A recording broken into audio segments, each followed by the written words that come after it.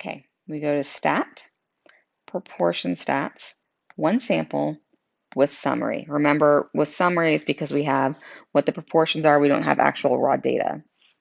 Now, the number of successes we actually don't have.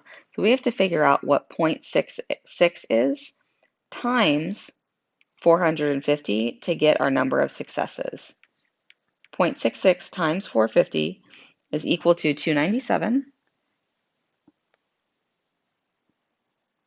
And the number of observations was 450.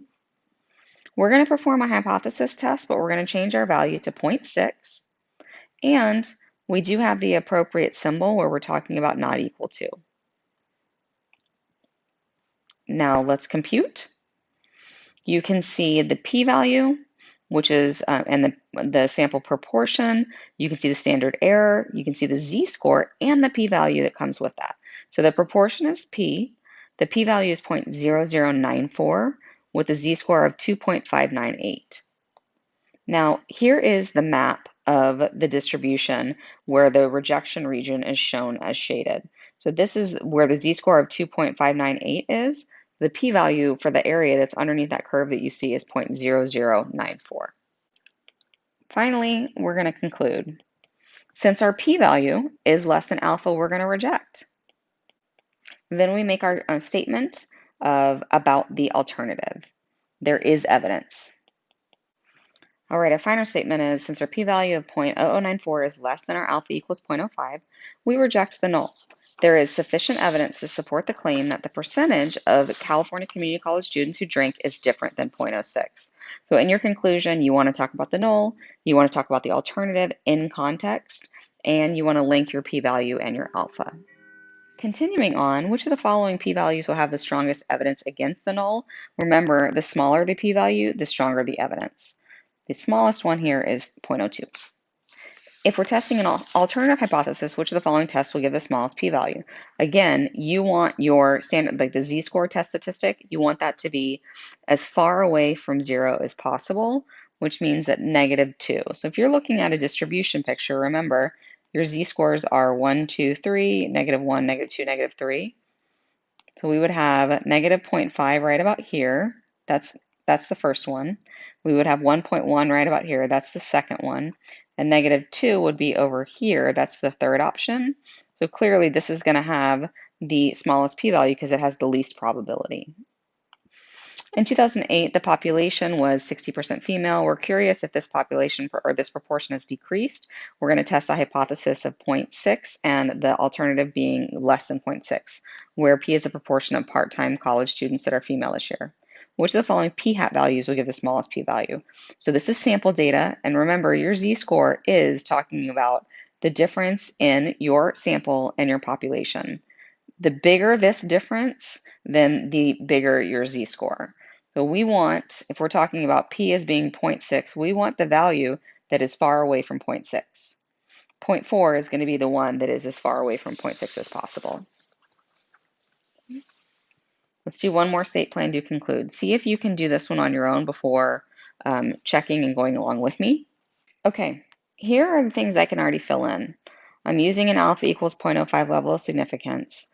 My null and my alternative, I've got p equal to and then p something, and where p is the true population proportion of, now we fill it in. Adapted from the CDC, they estimate that 0.304 or 30.4% of American teenagers were overweight. They give you a definition of body mass. They say the percentages are similar for boys and girls. So they want to determine whether this proportion has decreased since 2008. That means we're dealing with 0.304 and less than 0.304.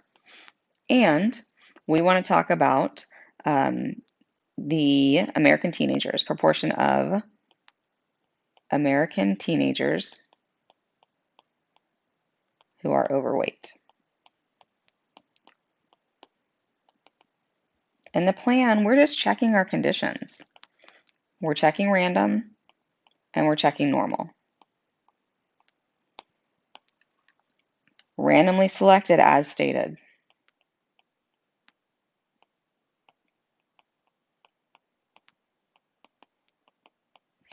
NP has to be greater than or equal to 10 and N1 minus P has to be greater than or equal to 10.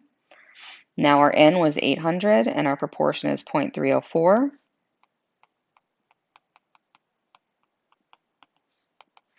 That gives us, that gives us 243.2 and 556.8, which are both equal, greater than or equal to 10, so my normal condition has been met. Now I can do the calculations. Our p-value is 0.304. We're going to calculate a z-test statistic with p hat minus p over p times 1 minus p over n. P hat was 0.26. So we have 0.26 minus 0.304 divided by 0.304 times 1 minus 0.304 over n of 800. And then we're actually going to let StatCrunch do this calculation for us. And then we'll make our conclusions. Stat, proportion stats, one sample with summary. Our number of successes, again, we don't have exactly how many out of 800, so we need to take 0.26 times 800 to see how they got the 26%. That's 208. And their number of observations was 800. We're going to perform a hypothesis test where the value was 30.4%. So we have our z-score of negative 2.7, so that's almost 3 standard deviations away, and a p-value of 0.0068. All right. Okay, that p-value is low, so we reject. Since our p-value of 0.0068 is less than our alpha equals 0.05, we reject the null. Okay, here's our final statement. Since our p-value of 0.0068 is less than our alpha of 0.05 level of significance, we reject the null. There is sufficient evidence to support the claim, and this is where you look at your claim, this is where you look at your alternative, and our alternative was less than. And remember, we talked about the context of the true population proportion of American teenagers who are overweight is less than 0.304. And that's it for this module.